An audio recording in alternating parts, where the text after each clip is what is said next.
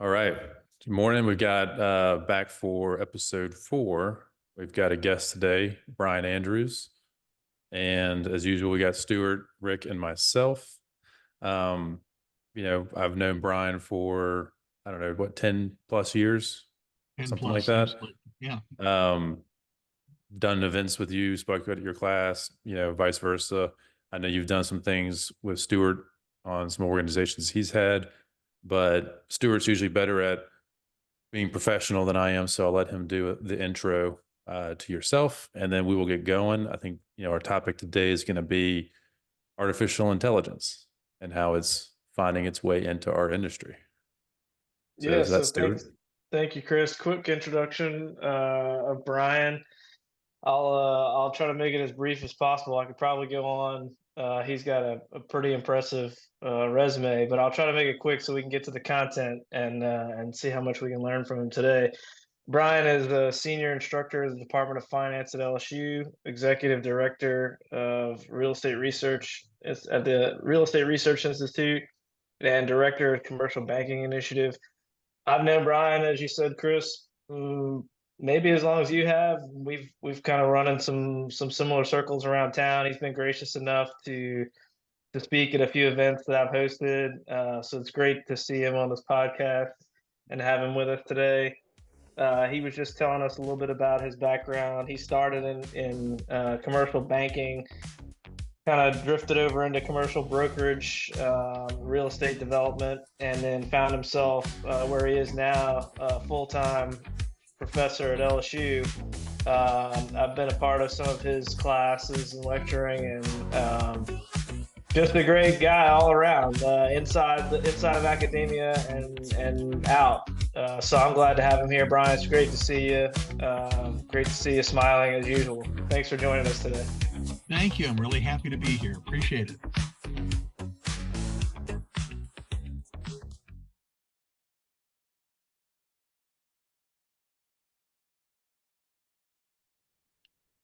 I think there's one important thing that we've all left out, and that's bass player. Is that right? Lead guitar player. Lead Guitar, guitar right? player. Yeah, That's that's right. what I Oh, thought. wow. Player. For the Yeah. details. Yep. So That's he's I think I've seen y'all a few places off and on, but Yeah. very good guitar player. Well, So thank you. I appreciate it. Indeed. That's my fun thing to do. well, what I'll start us off with the AI discussion because I know like I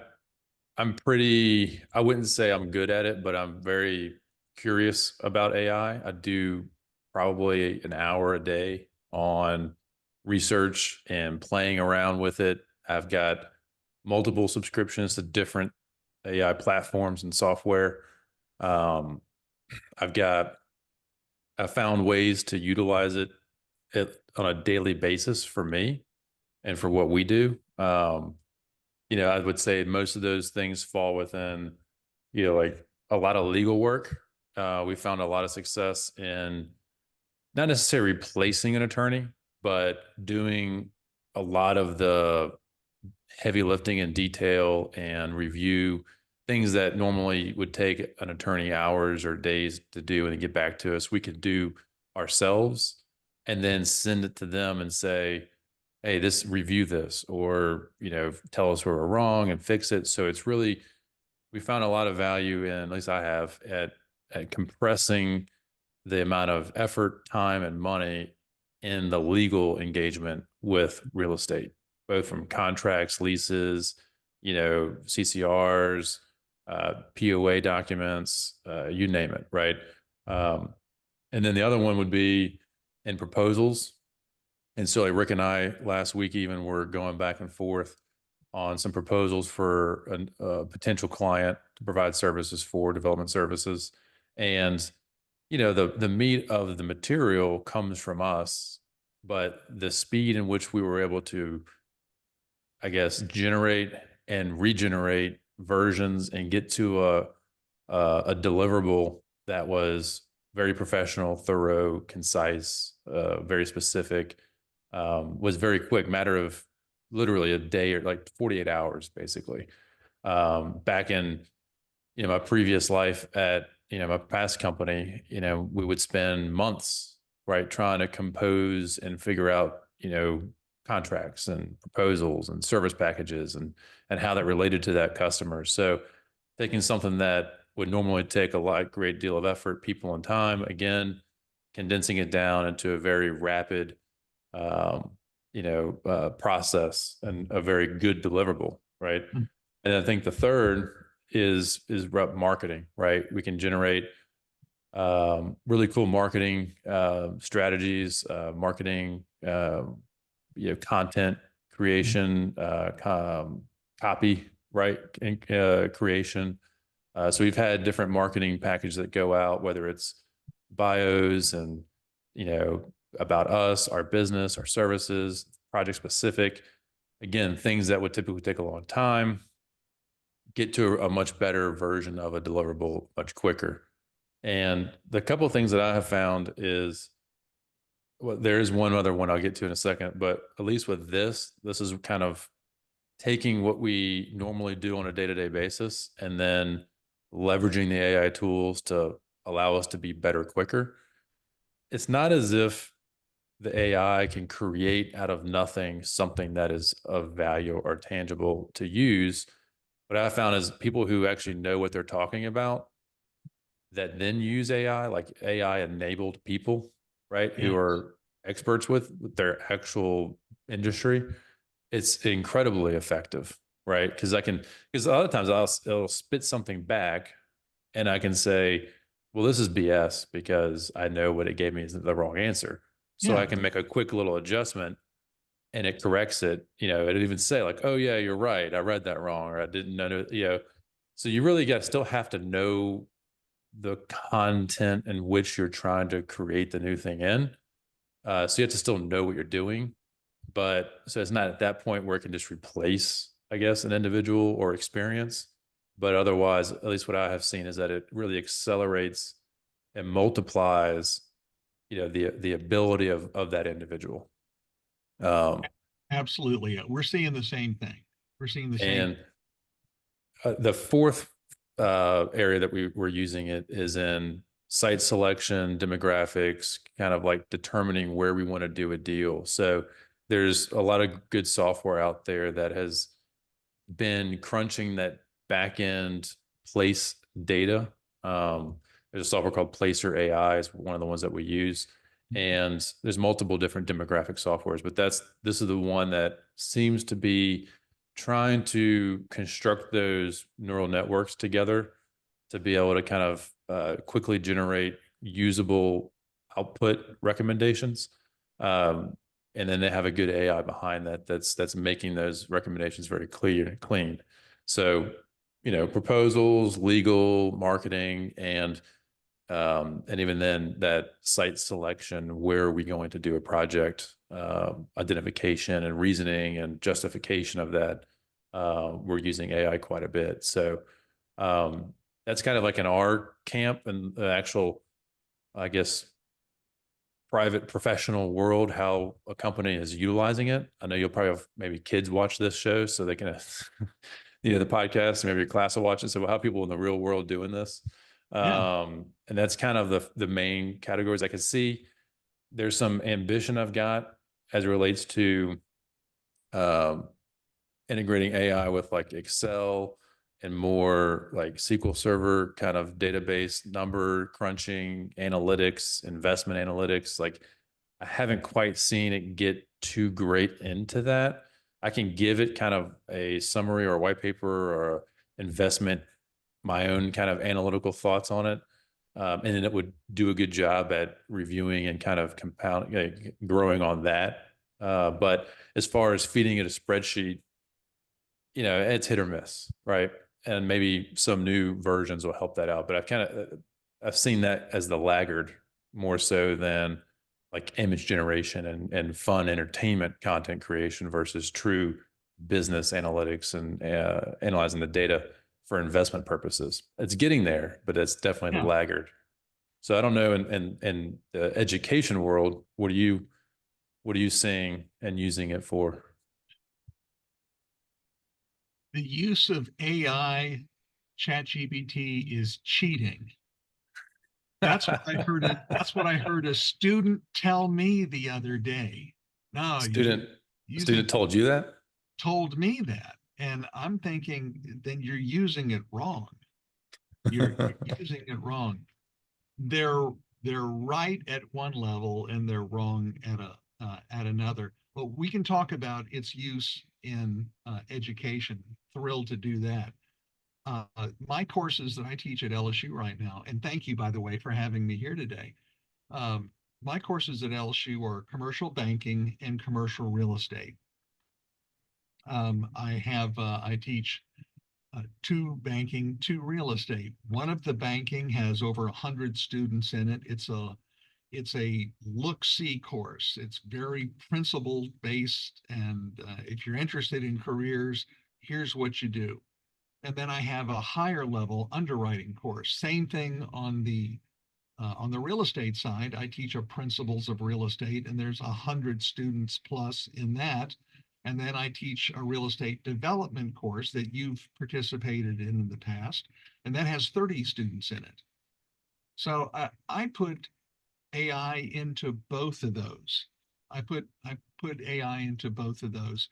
Now, AI is cheating. Well, if my wife Sharon has been teaching English for 26 years. She's over in the Department of English.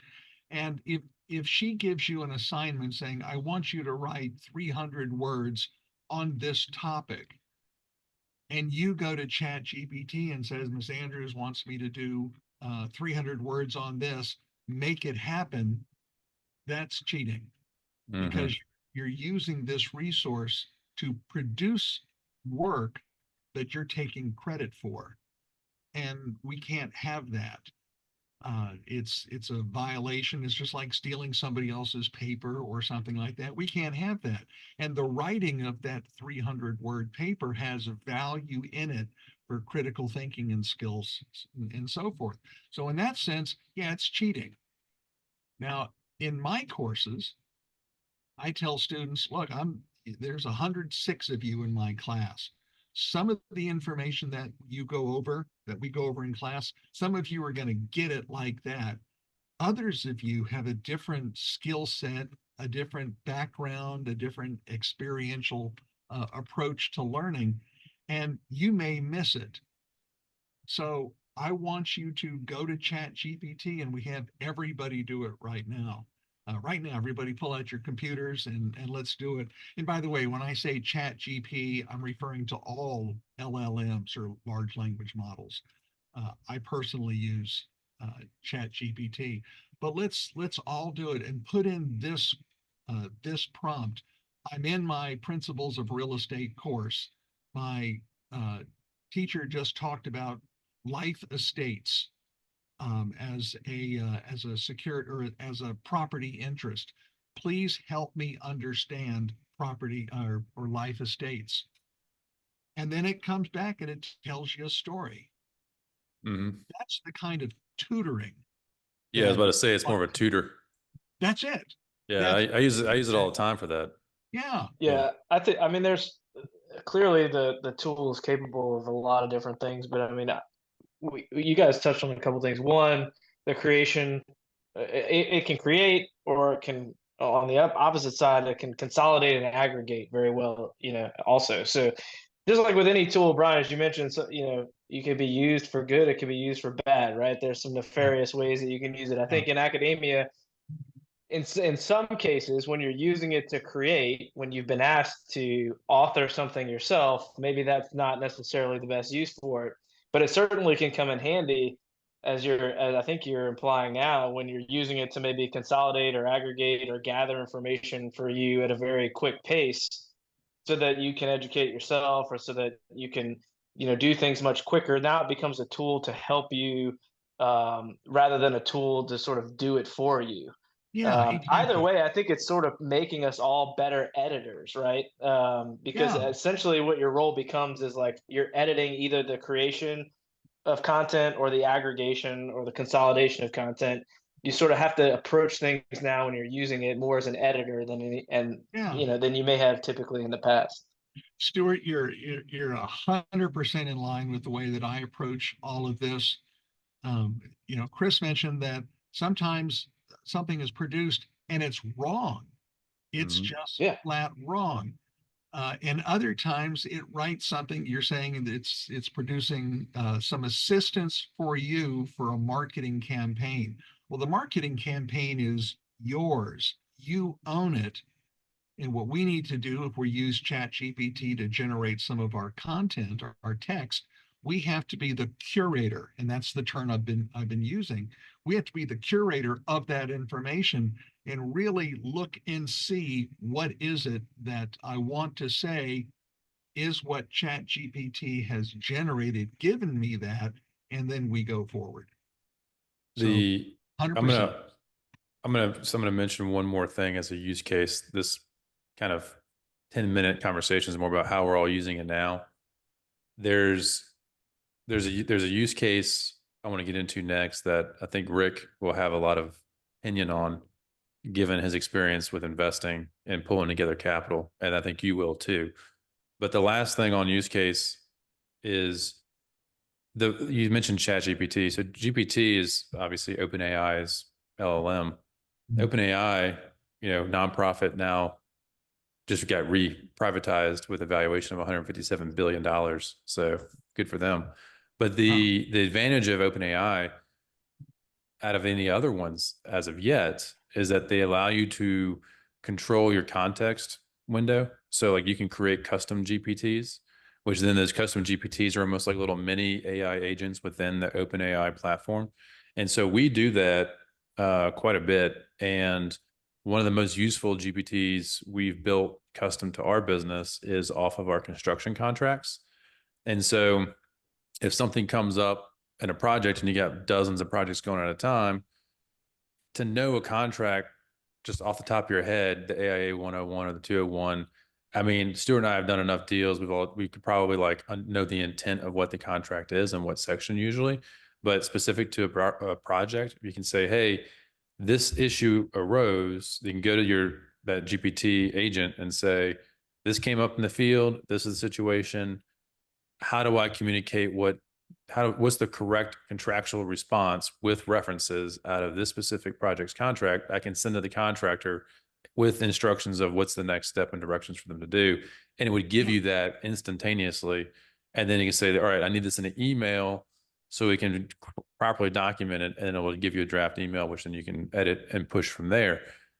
That would take, if so, and then something in construction happens all the time. So that can bog your whole day down.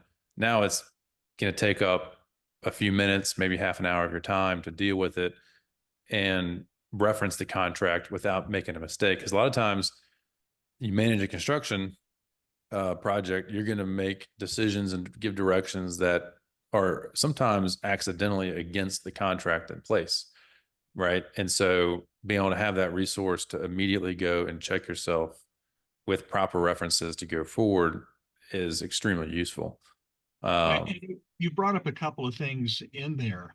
I mean, one of the reasons that banks don't like or don't encourage a lot of use of with AI is that well, I'm just going to take my customers' financial statements and put it in there and say, okay, ChatGPT, good loan or not? Well, it can't do that. And number two, I just put my customers' proprietary information into ChatGPT, and now it's out. mhm, There are ways that and LSU is doing a lot of this right now. Our provost Roy Haggerty is really leading the charge on AI. He's creating these smaller closed versions. So mhm, he could load in a contract like you're saying. You don't want your contract with your contractors and your investors and all like that. You don't want that up out in the public domain. So you can create your own closed system, and then you put them all in there. yeah, Well, you can like on OpenAI's, you can publish, make public or private. But yeah, yeah, I mean for personal financial information, that's one thing. Yeah, I yeah, would hesitate on that.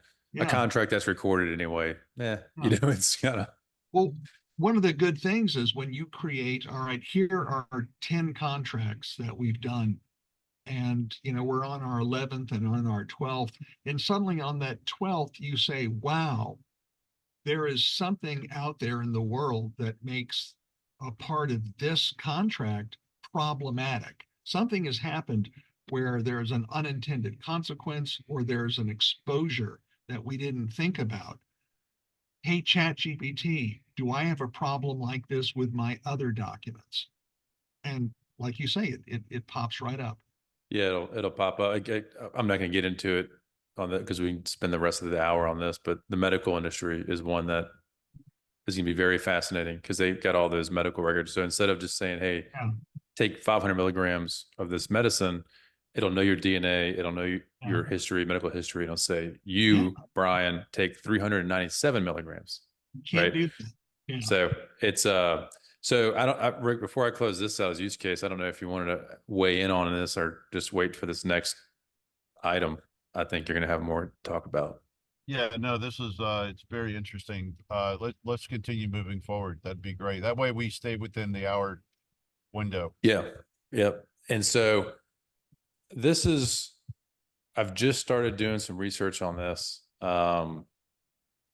It's definitely new. It's crypto based, right? Blockchain based. We don't have to get into that specifically, but the concept of tokenizing real estate assets. Have you seen this yet, Brian? It depends on what you mean by a real estate So, asset. so basically, all right. So one thing that we've done a lot in the past, we have a group out of New York that crowdsources investors, right? Smaller scale individual investors, 10,000, 20,000, $50,000 kind of placement per investor within a pool of a crowdsourced fund that then will access and use that as the co equity in a deal. Okay. It comes with its own terms, right? Its own exit requirements. Rick's going to be way more familiar with their deal than I will. But the tokenization is basically taking that crowdsourced capital concept to an extreme. So just like you would have a special crypto coin, a game coin, or whatever coin, let's say you want to go build a new apartment complex. And instead of going to your normal high net worth individuals, a family office, a investment fund, a private equity fund, whatever, like the kind of normal place where you'd find your co-equity, you can create essentially your own crypto token of that project, and that you have 1,000 tokens that you create, and then anybody can come in and they're buying that token, right? They're buying $1,000 a token, $500 a token. You can create as many tokens as you need to then build the equity stack within the overall investment pro forma. And then it could be one giant person who just bought all the tokens, or it could be hundreds of people who bought the token, depending on what kind of project it is, or what you set those parameters are. And the tokens then are much more look like there's better potential future liquidity with the token than it is being placed as a partner in the deal that may have a set exit on that project. So like say you are one of those 500s that bought a token, and you don't necessarily want to wait 5 years to maturity of that apartment complex. You want to go ahead and cash out now, day one. Now, the value of that token is going to then fluctuate probably on cap rate and occupancy, a few different factors associated with that asset. And so you may be exiting early, meaning that your equitable raise value of that individual token is less than it would be 5 years from now. But you can enter and exit out of the investment almost like withdrawing and transferring money from one bank account to another bank account. So Yeah. it kind of unshackles the time restraints that some investors may have in a deal as a co-investor. Otherwise, the tokenization could alleviate that issue. So again, that's kind of my very dumb understanding of tokenization, because kind of started getting interested in this and see if as a Sure. new way of raising capital as Yeah. a equity person, Yeah. but didn't see it. Didn't know if you've seen it, heard about it. I'm sure Rick probably has a lot of ways to poke holes at that or challenge the idea of that or how that may change typical ways of raising co-equity. Yeah. But again, the topic is this tokenization concept. Sure. So Yeah. This is probably a good point for me to say that I'm about to state some opinions, and those yeah. opinions are mine and not LSU's. Well, so at the bottom of all of our episodes, we have entertainment purposes only, Yeah. There you not go. investment or legal advice. Yeah, this is There you all go. entertainment. There you go. Um, Not personally, not a big fan of cryptocurrency. Uh, Understand the blockchain technology, and it's not an issue of security of the system. It's not, when we talk about liquidity, one of the things that you need for liquidity is an established market. Well, you might be able to create that. What I Mhm. don't have is an establishment of value that is tied to something. A lot of the cryptocurrencies that are out there right now have no underlying value. The value is based on, well, I bought it from this guy for $600 and I plan on selling it to somebody else for eight. Well, yeah, but where did the six and the eight come from? And we just don't know. So the What tokenization ties it to a it thing. does. It Yeah. does. It ties it to an actual cash flow stream. Let's say it's one singular project, and that one singular project has an NOI, a real estate asset has that net operating income at the bottom, and then we say, sure, um, the what is this thing valued at? And as you suggested, well, there's a cap rate in there. That's true, but then you have to get the wizards and everybody else in to determine what is a valid cap rate. And the cap rate is based on how far out in the future are we talking? The cap rate is on targeted return on investment, how much equity is required in a deal. The other side is the mortgage constant. What are the terms? All these things that I think there's a very limited number of people who understand those dynamics. So yeah, you could tokenize it to make it easier for people who know this stuff forward and backwards on how to invest. But as far as establishing an open market for people who really don't understand commercial real estate dynamics, including the capital markets, I think that's kind of a dangerous thing. I, Yeah. I see how it would work, but if you're relying upon Joe Sixpack understanding cap rates, that's a tough haul. Well, the other thing is, I don't know I'm interested to see how it ends up working in a deal. I'm trying to find case studies because then if you have debt on it, like, what is the debt partner going to think of the equity that's being tokenized and it's like ever fluctuating in and out, and there's equity partners in and out, if there's any kind of guarantees associated. So there's a lot of kind of potential hurdles that are going to come about. That a new concept like this is going to inevitably hit those walls. I think they'll overcome them in time, but it'll be interesting to see how it works. So I don't know. I think in that regard, if you have a private deal where you've got private debt and private equity, they can make up their own rules, and that wouldn't be a problem. To the Mm, extent that you're using debt that is regulated, like bank debt or something like that, you're probably going to hit a wall as far as equity and who are the people in control coming in and out like that. That may be tough. But you know what?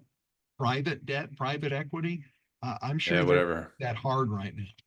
So I mean, Rick, I'm going to pose a question to you. So yeah, you've dealt with a ton of banks. What would you think they would say if you walked in the door and said, "I've got 500 token co-invest partners on the deal off of a crypto coin?" It's I'm curious what that conversation would actually, would it even start, or would you just get laughed out the bank? Um, well, any of the bankers that I know, or any of the banks that I've banked with, um, completely would not understand any of that. They, most of them, you know, they're seasoned to understanding the conventional methods of financing, very straightforward. And that's their, I think Brian would agree, but that's their bandwidth of knowledge. And I have never heard of any of the banks that have worked with in the past or currently, even talking about crypto or talking about any of this, right? The other thing, while you were talking, Chris, about the structure of these different coins and et cetera, is you know like you have a deed to the property, and how do you secure the deed to the property with all these different crypto coin, like what's the instrument that conveys title to all these coins, right? And the coin's not an entity. And how do you file tax returns? And can you even get a tax ID number set up for the purpose of recording the instrument? So with the IRS, how do you get that crypto coin to qualify with the IRS? I don't, it's all completely just so many more questions, frankly, than answers. Um, I'd love to see somebody do it, right, to set the precedence of how that works.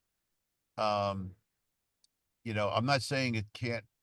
I feel the same way. Frankly, I feel the same way, Brian. I just have very little. This has been brought up to me many times, and my mind could be changed, but I see, I have very little comfort in crypto.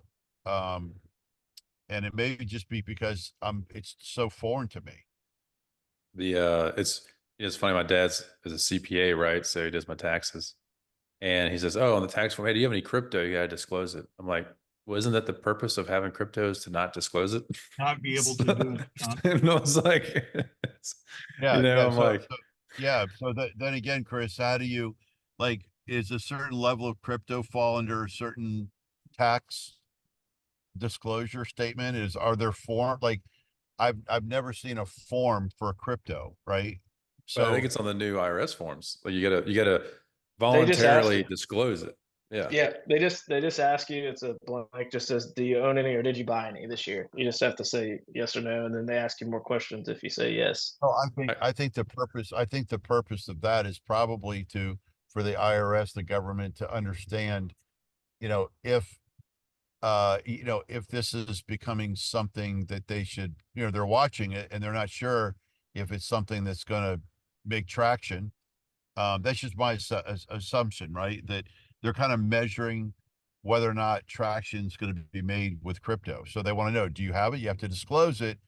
You know, you have to disclose it, number one, because we're trying to figure out how to tax it, oh yeah. right?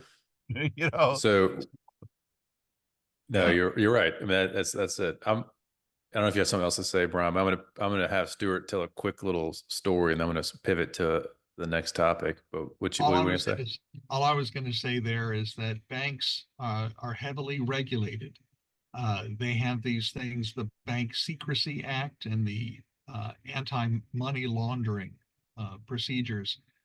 I think the the part of crypto where you really don't know who's behind it, if somebody comes in and says, "Hey, I'm putting 50% down, and I want to borrow the rest from you," where does the money come from? We really don't know because it's all tokenized. And who it is now may not be who it is later. I think that's going to make bankers nervous because of that BSA slash AML regulation that they're under. No, I agree. I think I'm gonna kind of sum it up, kind of where we think as being complete ignorant to the whole thing. So I'm sure we're very wrong on all of this, but I think in the situation where you want to go all cash and you want to tokenize an opportunity amongst probably people you know, right? Or geofence it to an area like, hey, we have this, I want to buy this old abandoned building in our neighborhood. I'm going to offer it up to like raise this capital within the neighborhood people itself. And then we're all collectively going to just do this all cash and fix it or whatever. I think it works, right? If there's no debt, you start to remove those regulatory layers off of a deal, then the tokenization, crypto, the whole thing, it's easier to transact and it can be done. You start trying to apply it to a traditional structure, a traditional project where you've got to create leverage within the deal to make the margin that you're expecting starts to get very complicated. Um, so I think that's kind of where it sits. I'm going to keep watching it because I think it's definitely a new vehicle for investing, and so we'll see where it goes. But And I'm gonna I add mhm. one more thing real quick. Yep. The thought is that if we do non-recourse loans all the time. So it's a non-recourse loan. Well, does that mean that there's no liability? Well, Yeah. and Rick, you remember with these negotiations, hey, it's non-recourse, but I need a warm body on this thing. Yeah, Uh, for a bad boy for the carve up. carve outs, for the bad boy clauses and things like that. I think tokenization of equity is as long as the lenders know who the borrower is. And is there someone who has skin in the game? Is there somebody who can be held accountable for mismanagement and other things like that? That's an argument for tokenization. Again, that anti-money laundering and BSA, Bank Secrecy Act stuff goes the other way. But if we can find ways to do it, sure, why not? So I'd be curious to compare it with the crowdsourcing method because I mean, inevitably you still have that GP who's got the noose around That's their it. neck, That's the right? So GP is the warm body. Yeah. yeah, and so I'm gonna let Stuart tell. He didn't even know I'm about to ask him this, but the Yeah, I was, story the other day, yeah, we'll close the topic on crypto with AI and stuff because the deal in New York you showed me the other day, like the guy who turned down the offer for his what was the end price on that? Remember, he turned down crypto. Like, I'm not going to take crypto, and that's not the worst part. It's like $1 million short. oh yeah, it was yeah. I'm sorry, you're reminding me now. There was a guy who was selling an apartment or condo in New York, and I think the list price was This was 14 years ago. million. Years ago. Yeah, this was like in 2020, maybe prior to that, 20 in the teens. So the list price of the condo was 14 million, and the broker brings him an offer of 13 million, but they want to pay the buyer wants to pay in crypto. And so they got him on the phone, and he's the seller's losing his mind. He's like, first of all, you brought me an offer a million below ask. Like, so I can't even believe you even called me on this deal. He's like, secondly, you're telling me they want to pay in all crypto. Like, just he's so frustrated. He's like, just hangs up the phone. Like, don't call me back, right? And the article that was basically saying that the value of that crypto from that point in time in the teens, whatever year it was, the 13 million to today's market was like so many $1 billion. I don't have the figure right in front of me, but it was like one point something $1 billion is what he would have right now had he taken the $13 million in all crypto. Yeah.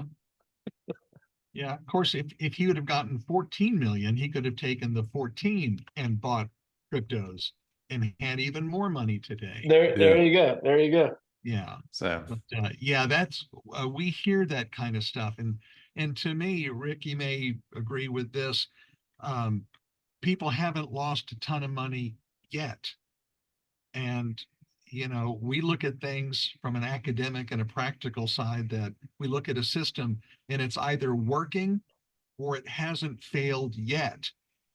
And until a certain point, they both look Is and it operate the the same same? way. Yeah. So, Yeah. yeah, same thing. yeah, Yeah. Um, but that's a great story, Stuart. Yeah, it was pretty funny. Chris and I Yeah, were both like laughing out loud as we were yeah, reading the article. yeah. so one thing that I'm gonna switch gears. So our last episode, we talked about entitlements, permitting entitlements, and the frustrations that go along with those. AI is starting to, I haven't seen it effectively used in this case yet, but there's a couple companies trying to fold AI plan review and entitlement review with jurisdictions. And so imagine as an architect or an engineer, you go to submit your plans, and instead of a person now having to take the time to figure out when they're going to review this, if they review it, the length of time that takes, right? The unpredictability of that as the applicant. If you're submitting to an AI on the other side of the table instead of a person, and the AI is then immediately reviewing your files for compliance, right, to their regulations, to general IBC, then you're getting an instant feedback. Now, I think that's going to be great because of the challenges that we deal with on the entitlement agencies. So that can't come fast enough, in my opinion. Agreed. So I'm going to try to get a hold of somebody, Rick, that maybe has one of these companies trying to do it. We'll talk to them. But I was looking at this the other day. Awesome. Now, here's the con. Now, I wouldn't even say it's a con. I'm going to say it's a con, but in my opinion, it's not a con because I'm under the impression that like when things change, just get better, right? Do better at what you do. And especially when accountability starts to creep in, like just be better, right? And so you can imagine if there's going to be an AI digesting a submission, reviewing it, that AI is going to then require the format and the conditions of that submission to be very specific and very to a degree of quality that I think a lot of engineers, architects aren't used to delivering in.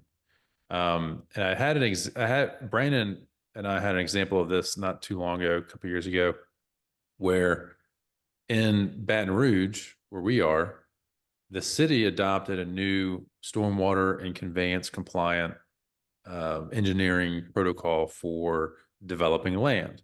So if you want to build a pond, if you got any kind of grading, detention, clearing, like you've got to have a very sophisticated, and I'm probably going to say it wrong, like it's hydro something, I don't know, hydro something engineering file, right? It's a very specific and highly data rich deliverable that takes into account all the different 5, 10, 15, 20, 100-year floodplain requirements, all of the inundation data that the city has captured over since 2016, all of the data around the different conveyance zones around the city. And basically, you have to put it into a software, a very specific software, and the software then checks your work. So it doesn't even go to the city. The city's like, we don't even review this. It's too complicated to review it. So as long as the software gives you the thumbs up of the work that you did, then you're good, right? And so in a way, it's kind of, in my mind, a beta version of this future upcoming AI regulatory reviewing, like method, because the software is now validating the work that was done. The consequence of that validation effort through the software, it required extensive effort from the engineer to produce the type and content required for the review to happen. Now, again, I would look at it and say, good job of being better at what you do and producing something that is data rich enough to, be verified in this manner. It put a lot of focus on the professional record to do the work correctly initially. And so I can see AI finding its way into regulatory agencies doing the same. I think what we'll find is that the lag that we see in the regulatory agencies are probably going to shift over to become a lag in the production of the plans and engineering of projects. So that time frame may extend Because now the engineer is going to say, hey, I can't do this in 5 weeks. It's going to take me 20 weeks and it's going to cost you X more dollars. So, so AI is going to fix one problem and then shift the problem to the professional sector I until think AI basically resolves it on the professional sector to I shorten think it'll that. go the other. I think it'll go the other way around, Chris. You do? And I could be totally wrong, but I think that yeah. And the reason I say that is just because I think that you're going to see the adoption and integration of technologies like this in the private side sooner than you will see on the public side. So I think that it'll be a long time before you see government adopt systems that use AI to do plan review. I think by the time those systems are adopted on the public side, that the private side will have. I think they're going to outpace the public side, beat them to the technology uh, game. Does that make So sense? maybe, yeah, that makes sense. I can see somebody taking kind of like what you and I were looking at the other day about building like an automatic scraper off the internet Yeah, to I think pull and that call. what will happen is like the public side will adopt common practice of the private side, right? So it won't be that the public side comes up with the framework and then the private side has to adjust to that framework. It's going to be that the private side develops a common practice framework and the public side adopts something to plug into that. I think it's going to go the other way around. I think the public will adopt the private's common practice. Maybe so. I mean, I, you're probably I, right. I mean, it sounds more logical than what I said. So, Stuart, just a thought. we have here in Baton Rouge the Growth Coalition. And the Mhm. Growth Coalition is a group of us, of finance people, engineers, architects, developers, et cetera, that has a very, very good working relationship with the public side.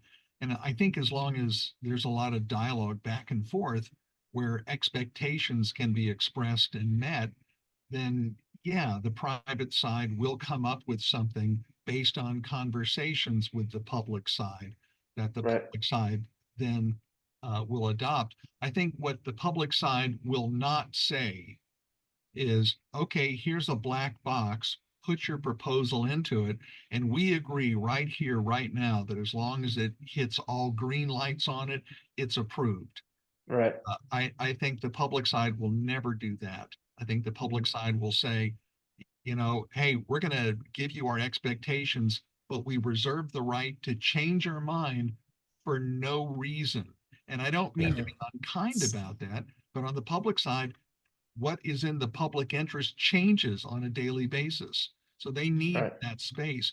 However, that being said, of the 100% of stuff that goes into these packages, because we all want to shorten the time frame and we want to clarify, all right, how much is my impact going to be? Well, I'll tell you after you break ground. No, I kind of need to know right now.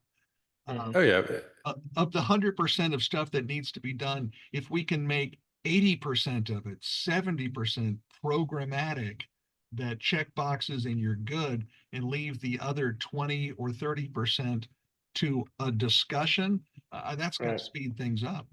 Yeah. I don't see it where like I guess I'm just using a for instance like the city of Baton Rouge would develop a tool on their own in a vacuum and say, all right, in order to pass through our approval process, you've got to do this certain thing a certain way so we can use our tool, right? Because then the city of Lafayette or the city of New Orleans may have a different tool, right? What the different government agencies don't do well is like they're not going to collaborate and come up with a universal tool, right? That then the private side will have to plug into. What Yeah, I think would happen is that the private side will drive the change. So they will come up with a industry standard for doing the work, and the public side will have to adapt to that, and they then create a tool that whatever the private side is using sort of plugs into. yeah, Right.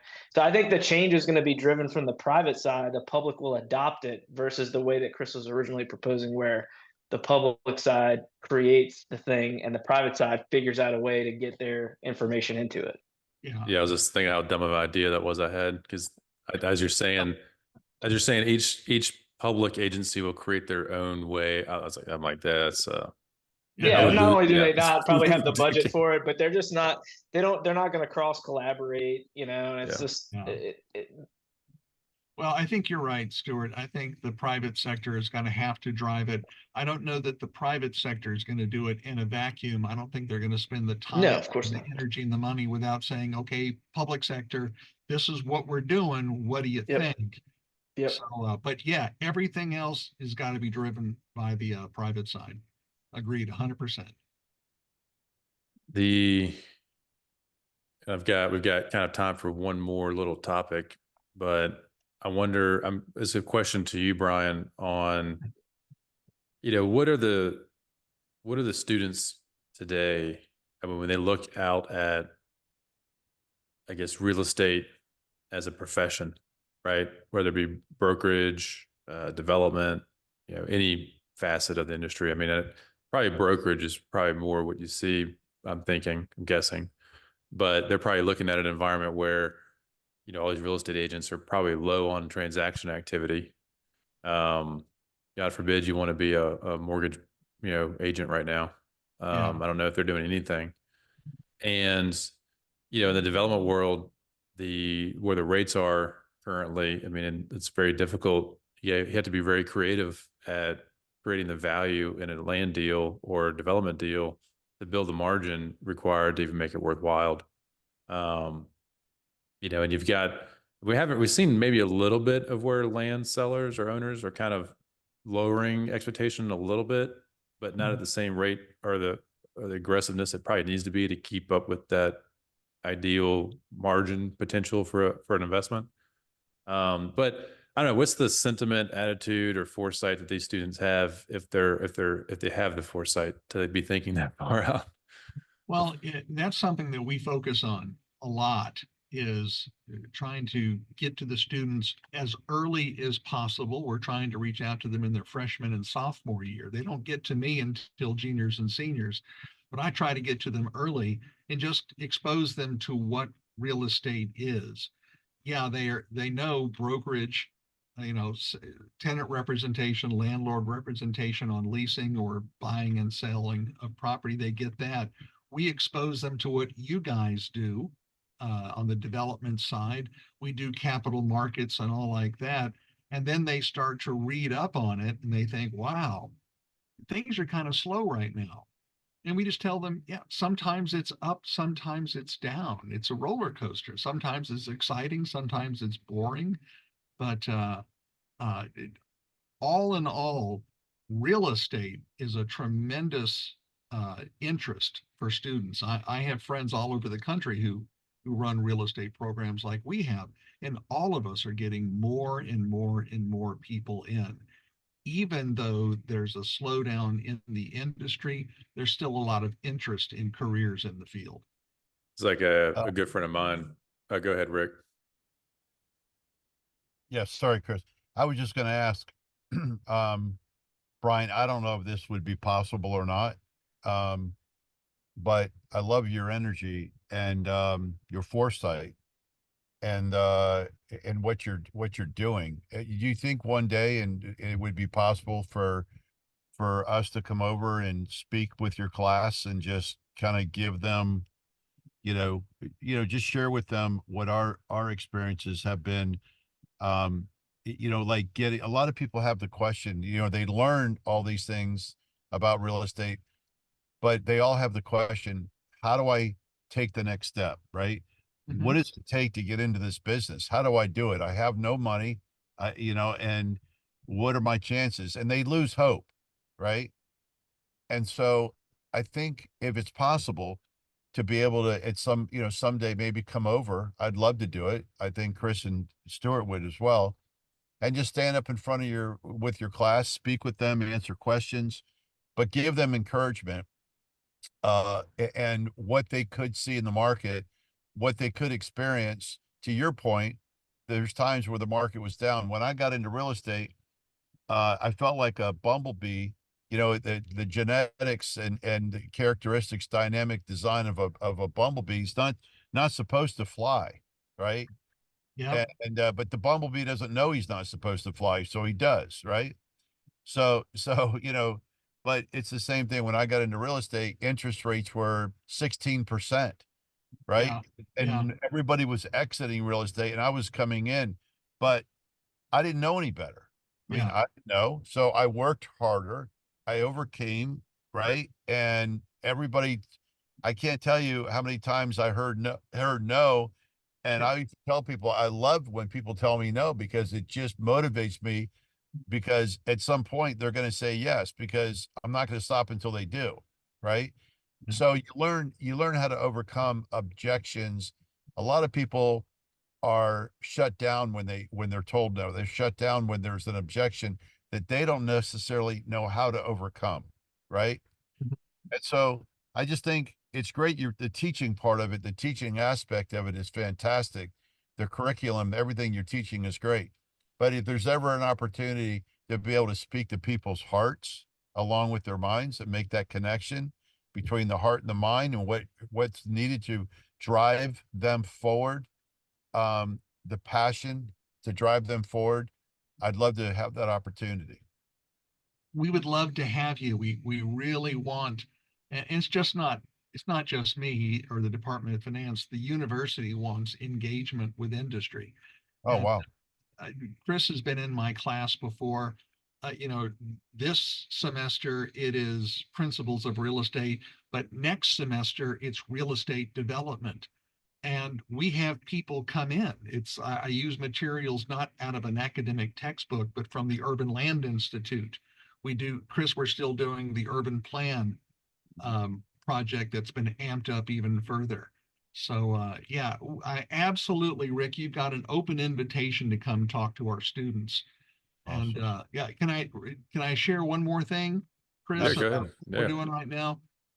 I've got some very good friends, and if they're listening to this, they know who they are, who have said, you've got to get out of your silo because the Department of Finance in the E.J. Uso College of Business, where I am, we have this little view of what real estate is, but there's folks right next door in construction management who have a different view. And then across campus in the School of Architecture, they have a particular view. After years and years of my friends saying, you've got to get out of your silo, with the cooperation of architecture and construction management, we now have a collaborative minor in real estate development where you can get a major in construction management or architecture or finance and get a minor in real estate development. So everybody in those three fields gets kind of a more holistic view. What does it take to make a successful deal work? And how do I work with other disciplines? I'm over the moon excited about that stuff. I, And Rick, I'd love to have you come in and talk to those students as well. Yeah, I think I, we, I love that you're driving that, Brian. I was just, this sort of interdisciplinary engagement I think is great for academia. I've told this to Chris before. We've had some conversations about it.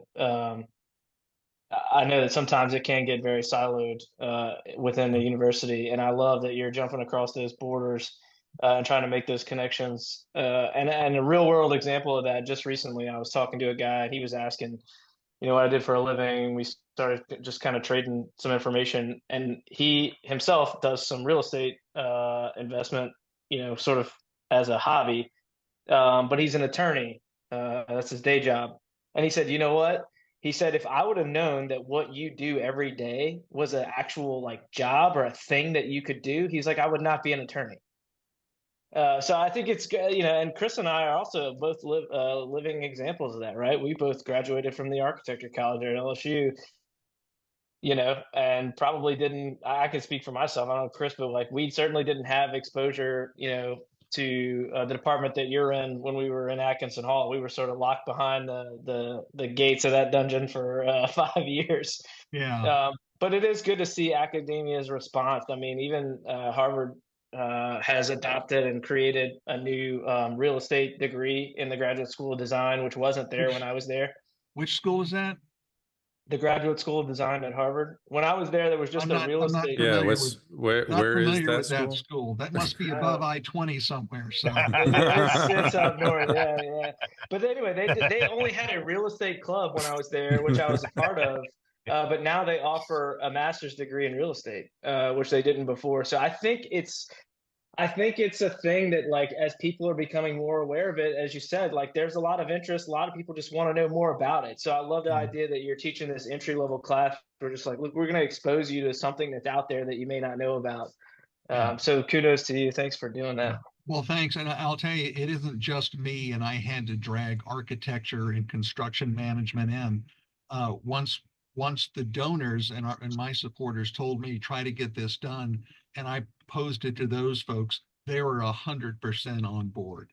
So this really was an equal partnership of those three areas.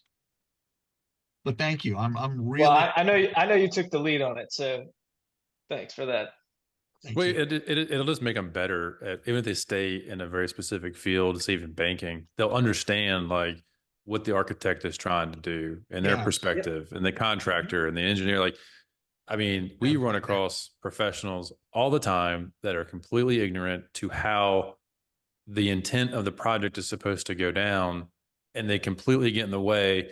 I mean, how many times have we heard like, hey, why did you wait an extra 4 weeks to get these plans out? Well, I was trying to save you like $1,500 on like changing this site curb or something. It's something completely stupid. And we're like, yeah, but you may save us $1,500, but you just cost us $30,000 in delay. It's just like, because they don't know, right? They don't understand how all the seats at the table have to work in concert to make it work. I will bring us full circle with this one comment. In my intro to real estate course, I have one landscape architecture 5th-year student, and I was thrilled to have her in. And she's in the office, she's got her laptop, we're talking through everything, and she goes, I guess I can see how this is important. And I said, do this, put it into your chat GPT and then ask it, help me understand why this is important to me as a landscape architect. And it did. So there's programs like this help, but the right kind of prompt will help as well. So yeah, connecting the dots. Look at that. There you go. Right there, Stuart. That's awesome. Hey guys, this has been a really great session. Thank you, Brian. Thank you. Sure, my pleasure. Yeah, what a pleasure. And please let us know when you'd like to have us. Give us a little notice, and we will definitely go out of our way to make it happen on our end. And we appreciate the invite. I've got I think it'd be waiting on another call for me.